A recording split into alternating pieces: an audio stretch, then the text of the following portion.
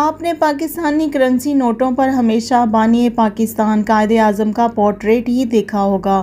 پوری دنیا میں بھی اسی روایت اور اصول کو مد نظر رکھا جاتا ہے کہ اس ملک کے کرنسی نوٹوں پر اس ملک کے فادر آف نیشن کی تصویر ہی جاری کی جاتی ہے۔ لیکن کیا آپ کو معلوم ہے کہ پاکستان کے کرنسی نوٹوں پر قائد اعظم کی بجائے برطانیہ کے بادشاہ جارج چھٹم کی تصویر بھی دیکھنے کو ملتی ہے؟ اس کی بنیادی وجہ یہ ہے کہ 1947 میں پاکستان کی آزادی کے فوری بعد پاکستان ایک نوزائیدہ ریاست تھی، یعنی کہ پاکستان ایک نئی ریاست تھی جس کے پاس کرنسی چھاپنے اور سکے بنانے کا اپنا نظام نہیں تھا۔ لہٰذا پاکستان کو فوری طور پر ملک کے اقتصادی اور مانیٹری نظام بحال کرنے کے لیے کرنسی نوٹوں اور سکوں کی ضرورت تھی۔ تو قائد اعظم نے حکومت برطانیہ سے معاہدہ کیا، جب تک پاکستان اپنے ذاتی کرنسی نوٹوں اور سکوں میں خود کفیل نہیں ہوتا تب تک پاکستان میں برطانیہ کے کرنسی نوٹ ہی رائج کیے جائیں گے۔ 1948 تک یہی کرنسی نوٹ پاکستان میں رائج رہے۔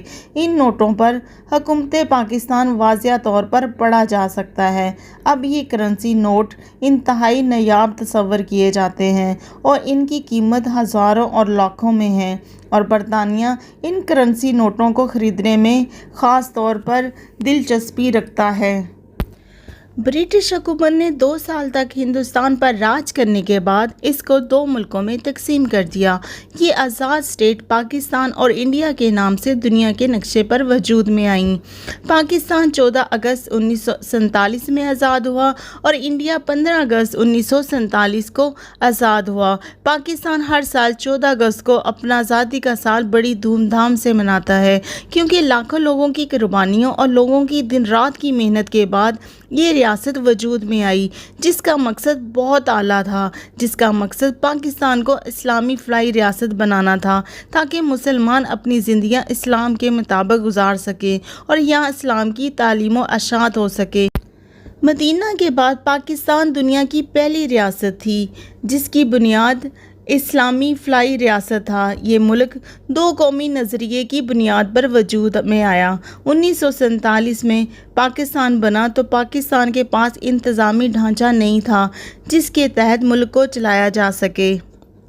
برٹش ایرا نے بھی اپنی طرف سے وہ حصے پاکستان میں شامل کیے جو معاشی لحاظ سے بہت کمزور تھے، جہاں انتظامی ڈھانچہ نہ ہونے کے برابر تھا، اور ان حصوں میں جو لوگ تھے وہ بھی کم پڑھے لکھے تھے، وہاں لٹریسی ریٹ بہت ہی کم تھا، اور انڈیا کو جو حصے دیے وہ نہ صرف معاشی لحاظ سے بہتر تھے بلکہ وہاں پہ انتظامی ڈھانچہ بھی موجود تھا۔ اس لیے پاکستان کو شروع میں بہت مشکلات کا سامنا کرنا پڑا۔ پاکستان کے پاس اپنا بینک بھی نہیں تھا اور نہ ہی نوٹ چھاپنے اور سکے بنانے والی مشین تھی۔ اس ضرورت کو پورا کرنے کے لیے پاکستان نے برطانیہ کے ساتھ معاہدہ کیا، کیونکہ پیسے کے بغیر تو آپ گھر نہیں چلا سکتے، یہ تو پورا ملک چلانا تھا۔ لہٰذا اس مشکل وقت میں برطانیہ کی کرنسی سے کام چلایا گیا۔ پھر پاکستان نے اپنا سینٹرل بینک بنایا اور نوٹ بنانے والی مشین خریدی، جہاں نوٹ چھاپے جاتے تھے، پاکستان اسٹیمپ چھاپی جاتی تھیں، passport, cheque book, ID card, یہ سارے کے سارے حکومت کی ملکیت کے ڈاکومنٹس چھاپے جانے لگے۔ وقت کے ساتھ ساتھ جہاں ہر چیز میں اضافہ ہوا ہے، وہاں ان جارج چھٹم تصویر والے نوٹوں کی ویلیو میں بھی بہت اضافہ ہو گیا ہے۔ ان کی ویلیو آج کے دور میں ہزاروں میں نہیں بلکہ لاکھوں میں ہے، اور برطانیہ کے لوگ ان کرنسی نوٹوں میں خاصی دلچسپی لے رہے ہیں۔ جب یہ نوٹ بنے تھے تب پاکستان کی کرنسی کی ویلیو انگلینڈ کرنسی کے برابر تھی، اور پاکستان کا انتظامی ڈھانچہ بھی بین الاقوامی طرز کا تھا، کیونکہ قائد اعظم چاہتے تھے کہ یہ دنیا کا عظیم ملک بنے، دنیا کا بڑا ملک بنے، دنیا کی سپر پاور بنے۔ اس غرض سے بانی پاکستان قائد اعظم محمد علی جناح نے پاکستان کے ہر ادارے کو مضبوط بنیادوں پر استوار کیا، کیونکہ کسی بھی ملک کے استحکام کی بنیاد ان کے اداروں پر ہوتی ہے۔ جتنے ادارے مضبوط ہوں گے ملک اتنا ہی مضبوط ہوگا اور ملک اتنی ہی تیزی سے ترقی کرے گا، کیونکہ کسی بھی ملک کی مضبوطی کا دار و مدار اس ملک کے انتظامی ڈھانچے پر ہوتا ہے، اور یہ انتظامی ڈھانچہ ہر قسم کی اکرا پروری اور کرپشن سے پاک ہوتا ہے۔ اور ان اداروں سے ریلیٹڈ لوگ ہوتے ہیں وہ اپنے جو فرائض ہیں ان کو پوری ایمانداری کے ساتھ سر انجام دینے کے پابند ہوتے ہیں۔ وہ اپنی حدود و قیود کا خیال رکھتے ہیں اور ملک کی بہتری اور ملک کے استحکام کے لیے اپنا کردار ادا کرتے ہیں۔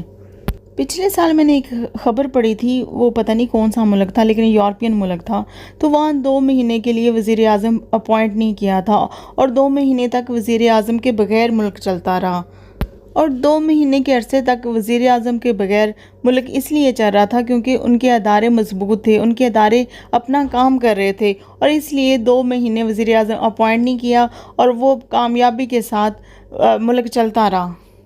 بدقسمتی سے پاکستان میں زرداری، نواز شریف اور مشرف کے دور میں پاکستان اداروں کو بڑی بے دردی کے ساتھ تباہ کیا گیا۔ بڑی بڑی پوسٹوں پر اپنے پسند کے لوگوں کو اپوائنٹ کیا گیا تاکہ ان لوگوں سے اپنے جائز اور ناجائز کام کروائے جائیں۔ جو ان کی کام میں رکاوٹ حائل کرتا یا رکاوٹ بنتا، یہ ان کو اٹھا کر پھینک دیتے، ان کو ڈسمس کر دیتے یا ان کی ٹرانسفر کر دیتے۔ زرداری، نواز شریف جیسے لوگوں نے ہی پاکستان کے اداروں میں کرپشن کا بیج بویا۔ اب پاکستان میں نئی حکومت نے کرپشن سے پاک پاکستان کی بنیاد رکھی ہے اور کرپشن کے خاتمے کے لیے ایسے اقدامات کیے جا رہے ہیں جس سے اداروں میں اور ملک میں کرپشن کا خاتمہ کیا جا سکے۔